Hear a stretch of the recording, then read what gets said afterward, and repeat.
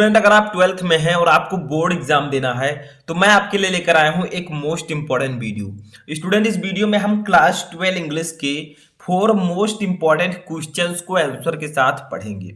देखिए, ये 4 क्वेश्चन आपकी बोर्ड एग्जाम के लिए मोस्ट इंपॉर्टेंट है। तो अगर आप 12th में हैं और आप इंग्लिश की तैयारी अच्छे से करना चाहते हैं तो इस वीडियो को लास्ट तक देखते रहें। देखिए, आपके इंग्लिश प्रोज में जो शॉर्ट क्वेश्चंस पूछे जाते हैं वो 8 नंबर के आते हैं, ठीक है। तो आपको 8 नंबर पाने के लिए बहुत सारे क्वेश्चंस पढ़ने होंगे। तो ऐसे में मैं आपको मोस्ट इंपॉर्टेंट क्वेश्चंस बताता रहता हूं ताकि आपके बोर्ड एग्जाम की तैयारी अच्छे से हो सके और आप 8 नंबर आसानी से अचीव कर सकें। तो हम स्टेप बाय स्टेप एक एक क्वेश्चंस को पढ़ेंगे हिंदी मीनिंग के साथ। तो आपको इस वीडियो को लास्ट तक देखना है, ठीक है। चारों क्वेश्चन बहुत ही ज्यादा इंपॉर्टेंट हैं। तो चलिए एक एक क्वेश्चन हम पढ़ते हैं। तो ये इंग्लिश प्रोज के क्वेश्चंस हैं। फर्स्ट क्वेश्चन हमारा है, What changes did the order from Berlin cause in school that day? यानी कि यहाँ पर कहा जा रहा है कि बर्लिन से आए आदेश ने विद्यालय में उस दिन क्या परिवर्तन ला दिए। देखिए, ये क्वेश्चन आपके द लास्ट लेसन चैप्टर से है जो कि हमारा फर्स्ट लेसन है, ठीक है। तो यहाँ पर पूछा जा रहा है कि बर्लिन से आए आदेश ने विद्यालय में उस दिन क्या परिवर्तन ला दिए। देखिए, बर्लिन से एक आदेश आया था कि अब यहाँ पर हम एल्सेस और लॉरेन के स्कूल में जो है अब फ्रेंच नहीं पढ़ाई जाएगी, ठीक है। तो यहाँ पर यही चीज पूछा जा रहा है कि जब ये आदेश आया बाहर से तो क्या परिवर्तन हुआ, ठीक है। तो यही यहाँ पर पूछा जा रहा है। तो देखिए, यहाँ पर इसका आंसर हम लोग लिखेंगे। तो लिखिए क्या क्या परिवर्तन हुए। तो स्कूल में क्या हुआ, दियर वियर नो नॉइजेस, ठीक है।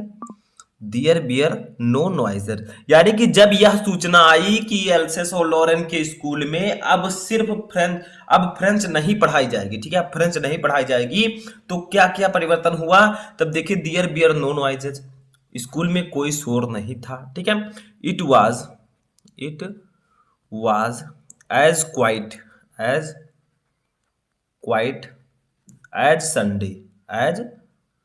संडे मॉर्निंग, ठीक है, as Sunday morning,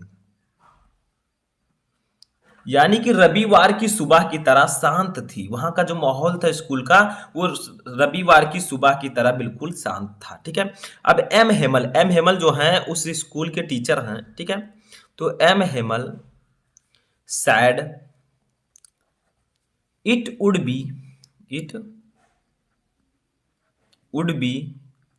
his last lesson. देखिए, मैं अभी आपके साथ आंसर लिख रहा हूं, कुछ क्वेश्चन का मैं आंसर लिखा है मैंने, उसको भी मैं आपको अच्छे से बताऊंगा, ठीक है। तो it would be his last lesson, ठीक है, हिज लास्ट लेसन, यानी कि जो एम हेमल हैं जो कि उस स्कूल के टीचर थे, उन्होंने कहा it would be his last lesson, ठीक है। इसका मतलब होगा कि एम हेमल ने कहा कि यह उनका आखिरी लेसन होगा, आखिरी पार्ट होगा, ठीक है। एम हेमल ने कहा it would be his last lesson, या उनका आखिरी पार्ट होगा, ठीक है। आगे देखिए, everybody looked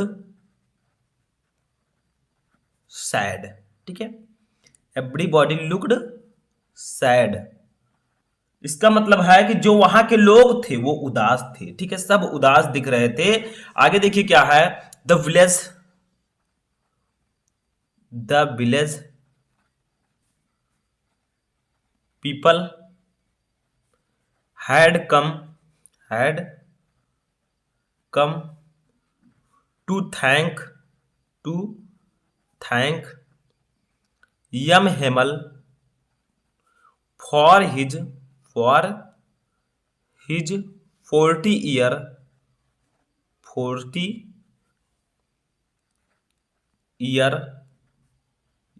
of faithful service, ठीक है, faithful सर्विस। यानी कि यहां पर कहा जा रहा है कि जो गांव के लोग थे, द विलेज पीपुल, गांव के लोग, had come to thank M Hamel, यानी कि वो एम हेमल को धन्यवाद देने आए थे for his 40 year of faithful service, यानी कि उनके 40 साल की वफादार सेवा के लिए। यानी कि गांव के लोग जो हैं, ठीक है, वो एम हेमल को उनकी 40 साल की वफादार सेवा के लिए धन्यवाद देने आए थे कि 40 साल तक उन्होंने इस स्कूल में जो सेवा की है उसके लिए गांव के लोग धन्यवाद देने आए थे। थे। तो ऊपर क्वेश्चन था कि what changes did the order from Berlin cause in school that day, यानी कि बर्लिन से आए आदेश ने विद्यालय में उस दिन क्या परिवर्तन ला दिए। तो दियर बियर नो नॉइजेस, कोई शोर नहीं था स्कूल में। It was as quiet as Sunday morning, यहाँ यानी कि यहाँ रविवार की सुबह की तरह बिल्कुल शांति थी। M Hamel said it would be his last lesson, M Hamel ने कहा यह उनका आखिरी पाठ होगा। एवरीबॉडी लुक्ड सैड, सभी लोग वहां उदास दिख रहे थे। The village people had come to thank M Hamel for his 40 year of faithful service, यानी कि गांव के लोग एम हेमल को उनकी 40 साल की वफादार सेवा के लिए धन्यवाद देने आए थे। ठीक है, तो यही सब चेंजेस वहां पर हुआ था। चलिए नेक्स्ट क्वेश्चन देखते हैं। तो देखिए जो हमारा दूसरा क्वेश्चन है ये हमारे दूसरे चैप्टर से है, लॉस्ट स्प्रिंग्स। देखिए what explanations does the author offer for the children not bearing footwear, यानी कि लेखिका बच्चों के जूते ना पहनने के लिए क्या स्पष्टीकरण देती है। यानी कि जो लेखिका हैं वो बच्चों को जूते ना पहनने के लिए क्या स्पष्टीकरण देती है, उसके बारे में क्या कहती हैं। तो देखिए यहां पर हो जाएगा आपका the lack of money, lack का मतलब कमी, ऑफ मनी रुपए का, ठीक है, पैसे का, इज वैलिड एक्सप्लेनेशन, ठीक है, यानी कि वैध स्पष्टीकरण है, यानी कि पैसे की कमी वैध स्पष्टीकरण है, यानी कि उन्हें लगता था कि पैसों की कमी के कारण ऐसा हुआ है कि बच्चे जूते पहनकर नहीं आए। ठीक है, चिल्ड्रन लाइक साहब, चिल्ड्रन बच्चे, लाइक साहब यानी कि जैसे साहब, कांट अफोर्ड शूज, यानी कि जूते नहीं खरीद सकता था। अफोर्ड का मतलब उसके लिए अफोर्ड नहीं है, यानी कि बच्चे, ठीक है, साहब जैसे बच्चे जूते नहीं खरीद सकते। चिल्ड्रन लाइक साहब कांट अफोर्ड शूज, यानी कि साहब जैसे बच्चे जूते नहीं खरीद सकते। व्हेन साहब गेट्स ये पेयर ऑफ शूज, ठीक है, इसका मतलब होगा जब साहब को एक जोड़ी जूते मिलते हैं। देखिए व्हेन जब साहब गेट्स, साहब को मिलते हैं ए पेयर ऑफ शूज, यानी कि एक जोड़ी जूते, ही बियर्स वह पहनता है, ठीक है, वह पहन लेता है। तो जब साहब को एक जोड़ी जूते मिलते हैं तो वह पहन लेता है। वन एक्सप्लेनेशन इज दैट, यानी कि एक व्याख्या यह है कि इट हैज बिकम ये tradition for them to stay barefoot, यानी कि उनके लिए नंगे पैर रहना एक परंपरा बन गई है। इट हैज बिकम बन गई है ये ट्रेडिशन, एक परंपरा फॉर देम उनके लिए, टू स्टे बेयर फूट यानी कि नंगे पैर रहने के। ठीक है, यानी कि उनके पास मनी नहीं है, वो जूते अफोर्ड नहीं कर सकते, वो जूते नहीं खरीद सकते, इसीलिए जूते ना पहनना उन बच्चों के लिए एक परंपरा बन गई है नंगे पैर रहना। ठीक है, आगे देखिए, बट द राइटर्स इट, ठीक है, but the writers doubts it, ठीक है, यहां पर लिखेंगे but the writer doubts it, ठीक है, लेकिन जो राइटर है वो इस पर संदेह करता है, ठीक है, कि आखिर क्यों बच्चे नंगे पैर आए हैं। तो यही क्वेश्चन ऊपर था आपका, ठीक है, कि जो लेखिका हैं वो बच्चों के जूते ना पहनने के लिए क्या स्पष्टीकरण देती हैं। तो पैसे की कमी, वो उन्हें लगता है कि पैसों की कमी के कारण बच्चे जूते नहीं पहने हैं।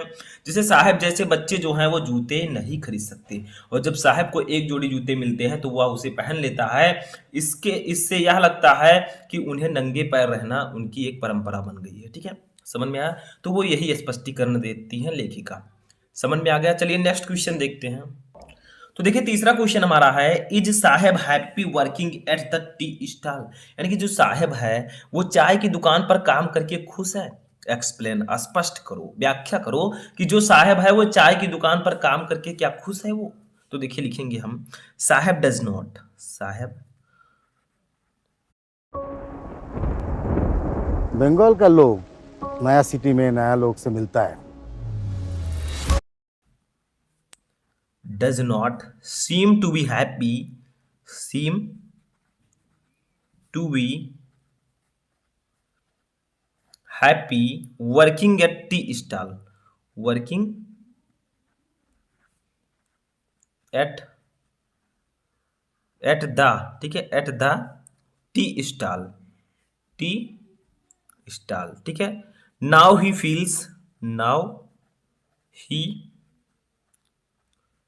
फील्स बाउंड एंड बर्डनड, ठीक है।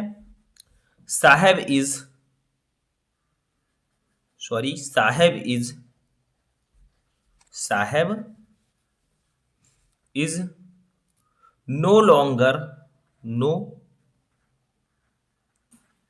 Longer his own master, his own master. ठीक है, तो क्वेश्चन था कि is Sahib happy working at the tea stall, क्या साहब टी स्टॉल पर काम करके खुश है, क्या साहब चाय की दुकान पर काम करके खुश है, व्याख्या करो। तो देखिए, Saheb does not seem to be happy working at the tea stall, यानी कि साहब चाय के दुकान पर काम करके खुश नहीं है। ठीक है, लगता है, ऐसा लगता है कि जो साहब है वो चाय की दुकान पर काम करके खुश नहीं है।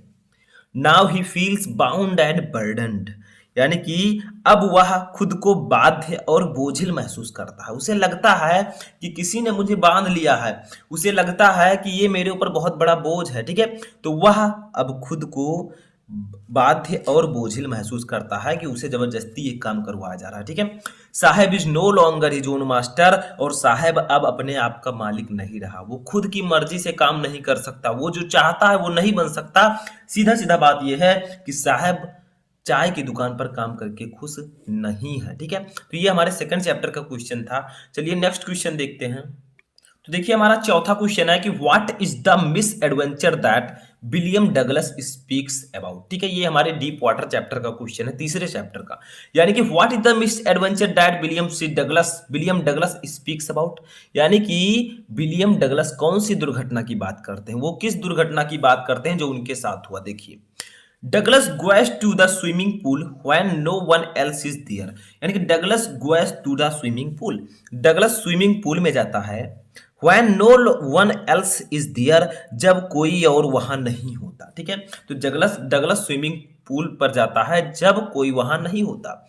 ही sits there waiting for someone to come, यानी कि वह वहां बैठता है और किसी के आने की का इंतजार करता है, किसी के आने की प्रतीक्षा करता है। देखिए, ही सिट्स देयर, वह वहां बैठता है, waiting for someone to come, यानी कि किसी के आने की प्रतीक्षा करता है। ठीक है, तो वह वहां बैठकर किसी के आने की प्रतीक्षा करता है। ये स्टाउटली, तभी क्या होता है, ये स्टाउटली बिल्ड का मतलब एक हठीला लड़का, बॉडी बिल्डर। ठीक है, हठीला, ये stoutly build boy comes there and throw him into deep water, यानी कि ये एक हठीला लड़का वहां आता है and throw him into deep water, और उन्हें गहरे पानी में फेंक देता है। ठीक है, धक्का देकर उन्हें गहरे पानी में फेंक देता है। तो क्या होता है, विलियम सी डगलस जब स्विमिंग पूल के पास बैठे होते हैं तो वहां एक हठीला लड़का आता है और उसे गहरे पानी में फेंक देता है। किसको, विलियम डगलस को। ठीक है, आगे देखिए, this is the miss adventure he speaks about, यानी कि यह वही दुर्घटना है जिसके बारे में वो बात करते हैं। In which he narrowly escape death, और जिसमें वह मृत्यु से बाल बाल बच जाते हैं। ठीक है, उसी दुर्घटना की बात करते हैं। तो विलियम डगलस किस दुर्घटना की बात करते हैं, तो Douglas goes to the swimming pool when no one else is there, Douglas swimming pool पर जाता है जब वहां कोई नहीं होता। He sits there waiting for someone to come, वह वहां बैठता है और किसी के आने का इंतजार करता है। ये stoutly built boy comes there and throws him into deep water, एक हठीला लड़का वहां आता है और उन्हें गहरे पानी में फेंक देता है। ठीक है, this is the miss adventure he speaks about in which he narrowly escape death, वह जो विलियम डगलस है यह उसी दुर्घटना की बात करते हैं, उसी दुस्साहस की बात करते हैं जिससे वो बाल बाल बच गए, जिससे वो मृत्यु से बाल बाल बच गए, वो उसी दुर्घटना की बात करते हैं। ठीक है, तो यहाँ पर मैंने आपको 4 मोस्ट इंपॉर्टेंट क्वेश्चन बताए। आई होप कि ये चारों क्वेश्चन आपको अच्छे से समझ में आ चुके होंगे। कमेंट बॉक्स में बताइए कि इन 4 क्वेश्चन में से कितने क्वेश्चन आपको समझ में आ गया और कितना क्वेश्चन आपको ऑलरेडी पता था। तो कैसा लगा आपको ये वीडियो अच्छा लगा हो तो इस वीडियो को ज़्यादा से ज़्यादा लाइक करें, अपने दोस्तों के साथ शेयर करें, और चैनल पर नए तो चैनल को सब्सक्राइब करके बेल आइकन को प्रेस कर लें।